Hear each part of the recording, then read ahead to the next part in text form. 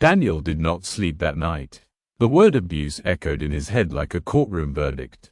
Abuse. He paced the living room until sunrise, replaying every argument, every raised voice, every time his hand had gripped her arm too tightly.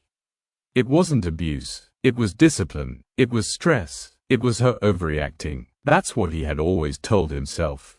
But the lawyer's voice had been calm, confident, prepared, which meant Emily had not acted impulsively. She had prepared. 3 days later, Daniel sat in a law office across from his own attorney. "She's accusing you of domestic violence, emotional coercion, and financial concealment," the lawyer said flatly. Daniel leaned back. "She's exaggerating. We had arguments. Every couple argues." His lawyer slid a folder across the desk. Inside were printed photographs, bruises, date stamped, screenshots of text messages, threats he barely remembered sending, bank statements, highlighted transfers. His throat tightened. How did she get these? The lawyer met his eyes. "Mr. Daniel, this is months of documentation." Across the ocean, Emily sat in a small but sunlit office. Her therapist's voice was gentle. "You're safe here," she said. Ada nodded, but her hands remained tightly clasped. Safety felt unfamiliar. She had grown used to monitoring moods, reading silence, predicting explosions. Now the silence in her apartment was different. It did not threaten. It breathed. Back home, Daniel began calling mutual friends. "She's confused," he told them. "She's going through something. I've always provided for her." But the narrative was shifting. One church member quietly mentioned seeing him at a hotel months ago. A colleague recalled overhearing an argument in the parking lot. Rumors, once dismissed, were now connecting. Proof does not need to shout. It waits. That evening, Daniel opened his laptop and logged into the offshore account. It was still there, untouched. He exhaled in relief. She couldn't have known everything. Unless. His phone buzzed. It was her, the other woman. He almost ignored it because he wasn't ready to have a lovely chat at that moment of discovery. But something told him not to. He answered. "Hello." Lena's voice responded. Calm, controlled. Daniel froze. Across the world, Emily's phone buzzed some few minutes earlier. A message request, from a name she recognized. The same name saved as consultant. Emily stared at it for a long time before opening it. The message read, "You don't know me personally," she said. "But I think we both deserve the truth. I didn't know he was still living with you." Daniel's voice sharpened. "What do you want?" "I want to know why you told me you were separated," the woman said.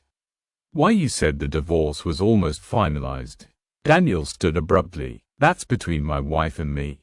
The woman's tone hardened. "Your wife sent me proof." Silence. "She sent me pictures, Daniel. Hospital records. Bank transfers. Dates." His mind raced. Emily had contacted her. Why? Emily sat at her kitchen table, rereading the conversation.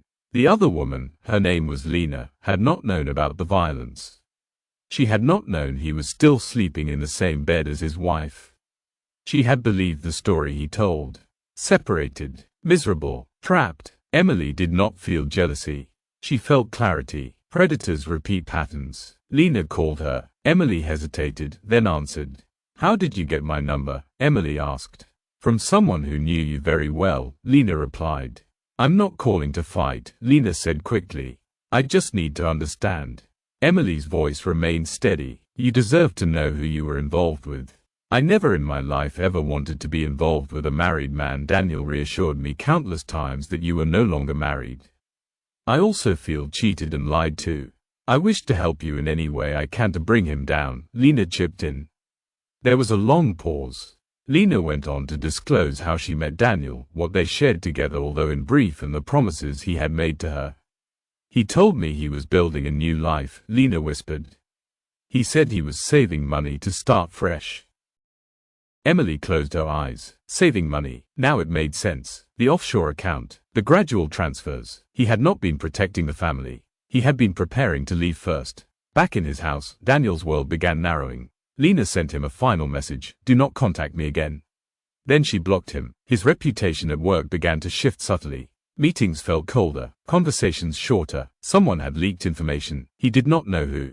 But he suspected Emily. Weeks passed. Legal letters intensified. Court dates were set. Financial investigations began. And then came the discovery that truly unsettled him. His lawyer called late one afternoon. "They've subpoenaed additional records," she said. "What records?" "The property you purchased under your cousin's name." Daniel's hand tightened around the phone. That property was the final step of his escape plan. A small apartment he intended to share with Lena. Paid gradually, hidden carefully, or so he thought. That night, he sat alone in the dark. For the first time, anger did not dominate him. Fear did. Not fear of prison, not fear of divorce, fear of exposure. Because Emily had not screamed. She had not begged. She had not confronted him dramatically. She had watched. And when she moved completely. Across the ocean, Emily stood by her apartment window.